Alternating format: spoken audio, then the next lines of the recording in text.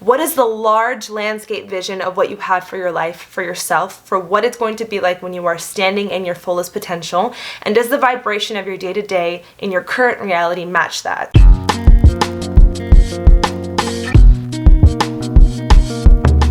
Hi everyone, I hope you are well, or as well as you possibly can be given the circumstances of existing. My name is Jasmine Kylene. I'm a spiritual counselor, I'm a journalist, I'm a girl just prancing about doing her best, and I'm so grateful that you are joining me today. Today, the day that I'm recording this is January 11th, 1/11, and so I've had a very spiritually aligned day.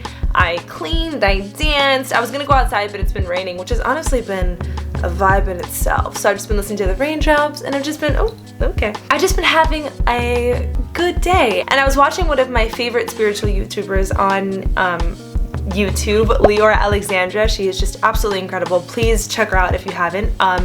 And she uploaded this video about, she uploaded 2 videos, one about sort of like what it means to live in 5D and 5 ways in which you can access living in 5D. And it resonated very deeply with me because I was watching it and it was one of the first times where I was watching something that sort of talked about like spiritual up-leveling, where I was like, that's where I'm at. Like there's nothing else that I really need to do.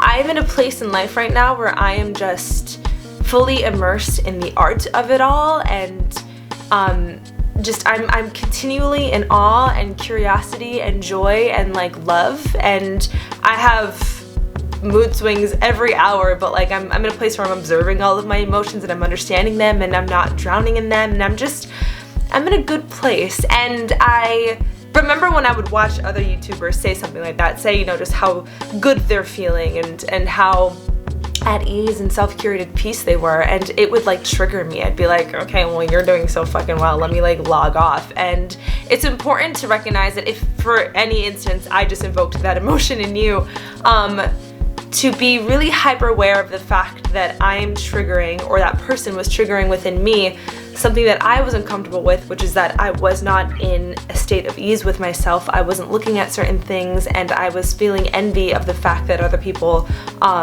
had reached a level of like safety and self that I hadn't yet. And I will say that where I am standing in right now is certainly not permanent. Saturn is about to transit my sun, so I don't think for a second that I won't have to at some point go back to the drawing board, if you will. But also B, I don't have any attachment to emotions because there's no permanence in them. I think every state of being is fluid, and that's the beautiful part about being human. So I'm not saying that like I'm fixed and I'm happy and here's how to do it. I'm just saying I'm in a state where no matter what's happening around me and no matter where my emotions decide to go, I am anchored in a really firm foundational state when it comes to peace. And ultimately I think that's what it means to sort of like draw the bridge between living in this 5D world and living in this 3D world. So inspired by Leora's video, I wanted to talk a little bit about how I got here, which, okay, like spoiler alert, it's healing. Healing is, I have so much to say.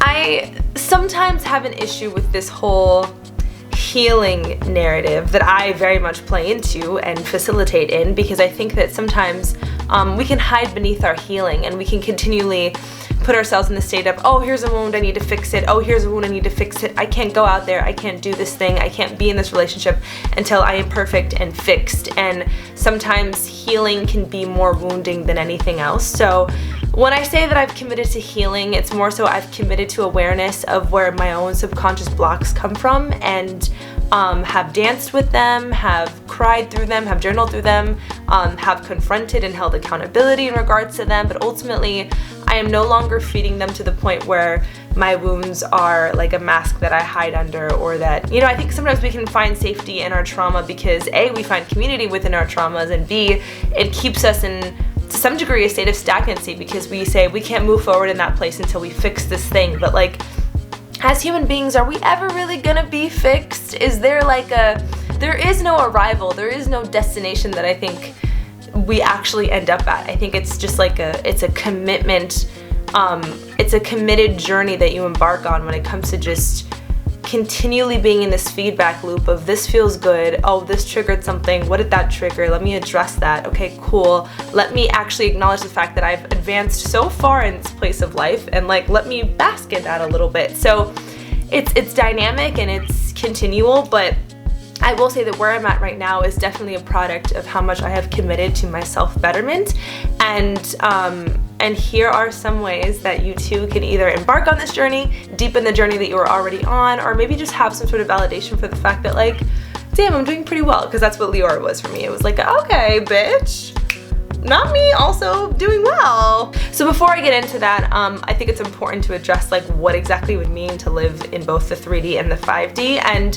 for explanation of like what 5D living is, I would actually genuinely encourage you to go watch Leora Alexandra's video, because she explains it very beautifully. There's also a book that I have called Living in 5D that I would absolutely recommend you read. But ultimately, I think there are a lot of spiritualists who sort of sell this idea that we can be fully spiritual beings and we can live in 5D and like just be so ascended that we are no longer bogged down by like earthly human matters. And if you are someone who has the tenacity to follow that, go off, queen. Love that for you. I think Phil Good is one of those like spiritualists that I love and adore and have taken so much nectar from, but like have to take certain pieces and discard others, because I think he is at such a point past ascension that like I say all this to say that my approach to it is very much like, how can I sort of mend and blend living in 5D, living in this very high optimal pure state with what it means to be human and indulge in human things like chocolate and wine and reality television, and like allow this human experience to be drenched in all of the love that comes from 5D living. So it's kind of like the bridge between both. But yes, obviously, well, I don't know if you know this, but you are a multi-dimensional being, right? And we exist on many different planes and many different wavelengths. That is why I also have a video on how to timeline hop, quantum leap, which has something to do with like, you know, dimensional travel. It's a whole thing. But anyway, the 3D landscape is kind of where we are in this physical reality, and the 4D is the bridge. And as Leora explains, it's kind of where you experience your shadow, where you're met with the darkness of your fears and the traumas that they were born from. And ultimately, going through the 4D is how you arrive at the 5D, which is a dimension rooted in the lens of making every thought form and every choice through the lens of love. It's that state of consciousness that you're in when you kind of have that moment where you're like, what a beautiful fucking tree, and what a gorgeous life I live, and what a beautiful juicy love that I get to experience with this person or this partner or this family member. It's like those moments of high vibrational gratitude that we all experience fleetingly, I would assume. You can marry that feeling a bit deeper, and you can bring that feeling a bit larger into your day-to-day if you commit to the practices and to the ways in which you have to go through the 4D or weld your human 3D life to honor 5D living. So I'm shouting out a lot of spiritualists that I love on YouTube. Bahati Life is this incredible astrologer that I've also just admired for a very long time. And I was watching her latest video, and she mentioned this prompt. Well, she just said the sentence, and I was like, that's a journaling prompt. And I'm kind of like centering my entire 2022 around this sentiment, which is, does the way that I'm living my life now match the vibration of where I'm going? So essentially the idea of this sentence is, what is the large landscape vision of what you have for your life, for yourself, for what it's going to be like when you are standing in your fullest potential? And does the vibration of your day-to-day in your current reality match that? So for example, if your largest goal, if your landscape goal is that, you know, you want to, if you want to achieve a level of accredited fame in whatever field of art that you're in, right? So if you're an actor, you want to, you know, reach a point where you get nominated for an Oscar, right? You're respected in that realm.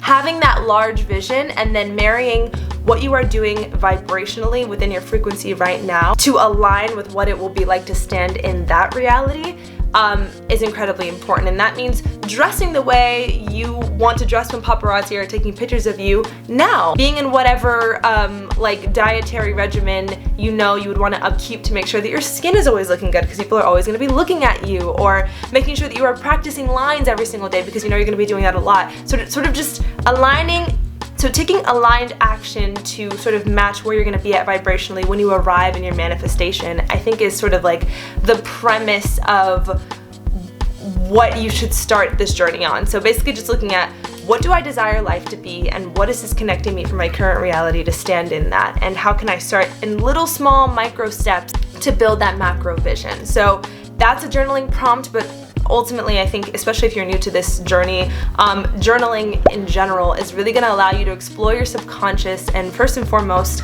get clear on what are the blocks there that are stopping you from living in full 5D alignment. So I have a ton of journaling prompts available on my Lolly La Luna TV IG account. If you are new to journaling and you want some prompts to work with, there are a lot there that are ultimately really aligned with whatever the astrological weather is, but just in entirety they're very self-explorative and introspective, and they will bring up a lot. So they're great journaling prompts, and they've helped me a lot on my journey. I always share the ones that like impact me the most. So definitely go and explore those prompts if you want to, but ultimately just like have a journaling routine, whether it's in the morning or at night, where you kind of decompress and deconstruct what emotions came up, where are they stemming from, what are my triggers, and ultimately allow journaling to invite you to look at what are the fears that I'm experiencing on a day-to-day, and how do they show up? Do they show up in conversations I avoid, or in confrontations that I like enforce? And like, how is fear and limiting beliefs seeping into my every single day? Because the thing about it is, when you are moving from the 3D to the 5D, you have to go through that 4D, and that 4D means confronting your shadows. And a lot of times our shadows are bred from the parts of us that we just aren't comfortable looking at, the parts of us that we discarded, those traumas that we just don't really want to revisit. And so it's so important to look at, what are my fears, what are my blocks, and how can I confront them? If you can materialize a fear, whether it is speaking out about it. So for me, I have, and I'll talk about self-worth and why it's so important in this context, but I have a lot of fear surrounding like asking for what I want relationally. Like I kind of just make I've made before all of my relational dynamics very like immediately casual, and an effort to like reject myself before I get rejected. And so I had to look at A, where was that limiting belief born, and B, how can I confront this fear? How can I rewrite the narrative? So look at your fears, explore your subconscious, look at the fears that have come up there, and specifically look at the limiting beliefs surrounding your sense of self-worth. Because spoiler alert, living in 5D equates to living in a expansive sense and magnetic state where you are so deeply rooted in your sense of self-worth. It means being confident in who you are on a physical, mental, and emotional level. And so if you have any limiting beliefs or blocks surrounding your sense of self-worth, you're going to want to look at, where did those bred from, particularly from your inner child, like from your childhood, I mean, and really rewrite the narrative. So for instance, for me, I think my fear surrounding rejection and rejecting myself before I could ever ask for what I needed stemmed from multiple places, some daddy issues, of course, but ultimately getting bullied in middle school, which feels like such a minuscule thing on like the large scale of life, but when I really honed in on how deeply it scarred me as like an 11-year-old, I was able to really like see the gravity of it, hug my inner child through it, really validate the fact that like, hey, you are lovable and worthy, like innately, by the way, and to rewrite the narrative, rewrite why it happened to you. It's so important that, like I said, in the same lens of like we don't hide under our wounds, we don't hide in a state of being a victim, and we don't find and build a home within our victimization because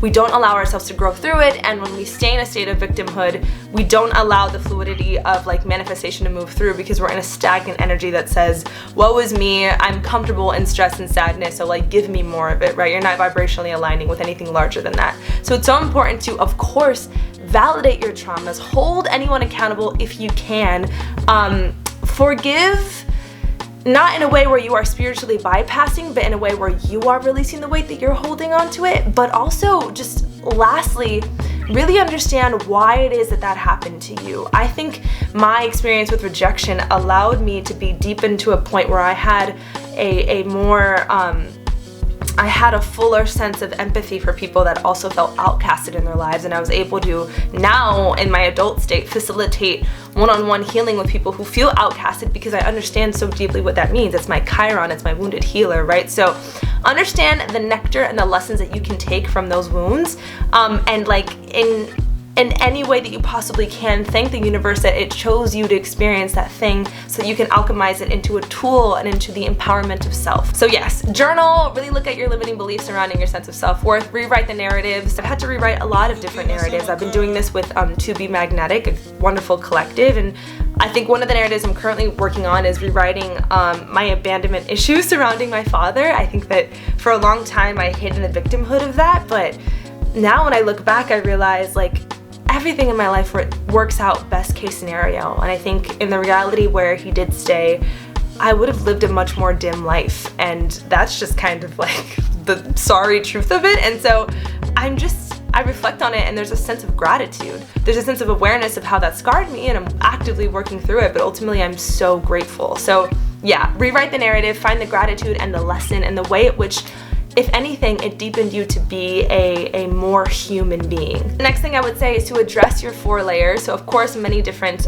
spiritualists have different ways of approaching healing. For me, I like to categorize myself through the categories of my inner child, my shadow self, my sexual/sensual self, and my higher self. And I like to kind of like work with them one-on-one, but ultimately know that like my largeness and full potential self is the integration of all 4. So do individual work with whatever layer of you think needs facilitation. So anytime I'm doing some sensual or sexual work, which means really unlearning anything that has to do with like sexual trauma or the ways in which I need to be performative sexually. Also just like my relationship with my body image, any like sacral chakra work. I'll definitely work with my orange sound bowl to do that sacral chakra work. And yeah, just who am I in my goddess embodiment, in my manifestive and fertile state. Also, I'll know exactly what I need to be doing inner child work, when I need more play, when I need acknowledgement of certain wounds that stemmed from childhood, where I need to be creative or expansive, or I need to be less stressed the fuck out. I know exactly when I need to be doing shadow work. That means when those deep things are coming up and I'm responding to life aggressively instead of like looking at why am I being triggered and where is it stemming from. And then of course I know when I need to be aligning with my higher self if I'm feeling any sense of fear, which typically is who I am whenever I'm making videos like this and I'm in a flow channeled state, right? It's standing in who I am when I am allowing myself to be fully empowered. So look at who needs to be looked at in this given moment. You'll intuitively know, and do whatever work you are called to do in regards to them. So I have a few videos on shadow healing and inner child healing if you are interested in those at all. Also sacral chakra work, of course. But just look at yourself through all the layers that you are and know that you can't get rid of a layer and still think you can be whole. Like, you need to have your shadow self, you need to have your inner child, you need to have your sexual, sensual identity, you need to have your higher self. You need to all be working in cohesion with each other. So address all of them. The next would be to ask yourself, where in life are you efforting too much, and where in life do you need more discipline? And this is a question I'm really asking myself quite loudly right now. I think especially because when you are in a 5D state of living, you are so much more receptive rather than productive. You realize that you don't need to perform for or work for or do in order to receive or be worthy and deserving of receiving. So it's important to look at, where in life am I making things harder for myself? Am I efforting way too much? Am I thinking that I need to do and burn myself out to acquire? And then conversely, especially with right now, as you're watching this, Mercury and Venus are both retrograde in the sign of Capricorn, which is a sign that is Saturn ruled and really invites us to have a healthy relationship with discipline. So where in your life can you actually take more control and sovereignty? Whether that means certain boundaries that need to be put in place, or like a commitment to a routine that you know will honor your highest and fullest potential. Because the thing about it is, one way to really ensure that you are living in the most aligned 3D and 5D state is to have a routine that honors your self-curated peace. And of course, you know, there are certain human responsibilities that we can't always evade, right? Unless you are very blessed or, you know, you have that accessibility. We probably all have to work, and we probably all have to like do mundane tasks that aren't the most exciting. But if you can make sure that there is 5 to 10 to 15 to 2 hours of your day that is dedicated to what peace feels like for you, whether that's meditating, whether that's dancing, whether that's moving your body, whether that's praying, journaling, cleaning, playing music, whatever you can do routinely to honor peace, self-curated peace. Commit to it as if it was like the law. And if you can show up for yourself in a disciplined manner and really make sure that you are curating your own peace, there's nothing outside of you that can move you, because you're standing in such a state of self-empowerment to know that, like, I have the power and the choice to give myself joy on a day-to-day, and there's nothing outside of me that I'm going to allow to take that away, because it's self-resourced. Like, I can just give it back to myself. There's nothing outside of me that is more powerful that can take away the joy that I can just give to myself in the 5, 10, 15 hour-long sessions that I have with myself on a day-to-day basis. So make sure that you have a daily routine that honors your self-curated peace. For me, that's been, I ride my bike every single morning and I catch the sunrise as often as I possibly can. I wanted to commit to doing it every single day, but what I'm working on is marrying fluidity and discipline within my routine. So, like, knowing that I don't have to do it perfectly every single day, but that I'm at least committing to doing it as often as my body asks for it is very important. Because another very important point that Phil Good actually brought to my awareness, he has this video where he's talking about how, like, he's realized that his relationship with the gym was not actually feeding his health, but instead it was just a way for him to, like, validate himself through external sources, right? So, like, I'm allowed to be loved after I have an hour session in the gym because now I'm sexier, versus, like, my body feels good when I go to the gym and I move it, right? So, like, make sure that the things that you do and that you commit to are heart-based and therefore your own sense of self-satisfaction rather than external validation or obligation, right? So don't meditate because you think, I'm supposed to meditate. Meditate because it feels good and it's doing something for you. And don't go to the gym because you think, I won't be lovable if I don't work out. Go to the gym because your body responds to it well. And if it is never that second thing, if it's always the first thing, the thing that is for the outside world, change it. You know, don't do it. There's other ways to move your body. There are other ways to find stillness and peace. But if you are doing something without your heart in it, it's never going to actually feed you or nourish you. Next thing would be to visualize. And I'm just such an advocate for not only affirmations, but also visualizations. And I would invite in visualizations whenever you can get them. I visualize while I'm meditating, while I'm masturbating, while I'm playing my sound bowls, while I'm toning.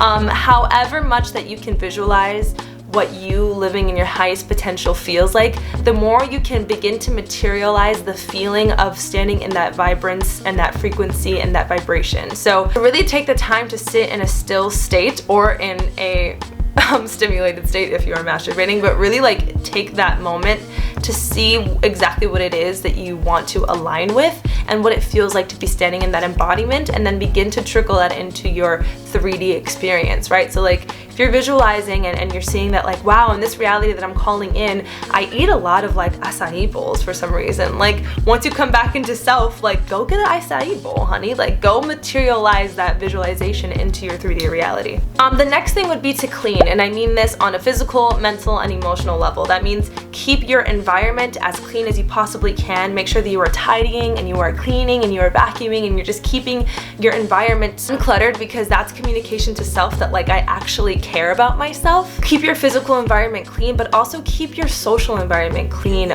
Keep your Instagram feed clean. Really make sure that you are discerning with how much energy you are pouring into your relationships instead of the things that you are consuming digitally. Just be really radically discerning when it comes to your physical, your emotional, and your mental environments. That means cutting people off that are draining you. That means unfollowing things that are triggering to you, looking at the triggers and why it's triggering, but ultimately releasing it from your day-to-day, and keeping your physical environment clean. And also, in that same breath, if you are upkeeping situationships and half-ass connections when you know you want something that's when you know you want something that is solid and committed and firm and stable, allowing yourself to feel deserving and worthy enough of cutting those off are very important as well. But like I said, keep your social, energetic fields clean, keep your physical environment clean, and in that same breath, make sure that you are visiting nature as much as possible. That you are going to the beach or to parks or to whatever outside you have access to. If you have mountains, I'm jealous because I am in Florida and it is flat here. But yeah, making sure that you are, did this move up? Oh god, sorry. Okay. Just make sure that you are visiting nature as much as you possibly can and that you are recharging yourself by revisiting the motherland. And lastly, what I would say is to read, to listen to audiobooks, to listen to different talks by people that you admire and take nectar from, to have high vibrational playlists, to make sure that like the dead spaces in your days, I mean, silence is very important to sit in, so make sure that you have a healthy amount of silence, but also that like you are filling your subconscious up with healthy information. So like I listen to the To Be Magnetic podcast, I listen to the Mark Grove podcast, I listen to a lot of like Abraham Hicks and Alan Watts talks. I also have a feel good playlist that I listen to just to raise my vibration, which I always link in the description. You can listen to mine if you feel called to. I will say that a lot of the songs I put on there I just have like healthy memories with, and so they're like good high vibe songs, but also like you may want to curate like a personal one that like personally hits you, but if you want like at least an invitation to explore what it could sound like, definitely download mine. But otherwise, just make sure that you are like allowing your mind and your subconscious to be open and to hear beautiful things and to hear uplifting things and to listen to people that empower you, not people that put fear into you or that convince you that I don't know, anything takes much more work or sacrifice, but rather listen to people who you trust. And hopefully I'm one of those people. And so, yeah, there's definitely a lot more, but that's all that I have the energy to share right now. Probably make a second video, but let me know if any of these resonated with you, and if you are willing to embark on any of them in your current day-to-day and how that's going for you. I love you guys so much. If you enjoyed this, feel free to subscribe or visit me on Instagram or book a one-on-one or subscribe to my newsletter, whatever you feel comfortable with, and I'll see you next time.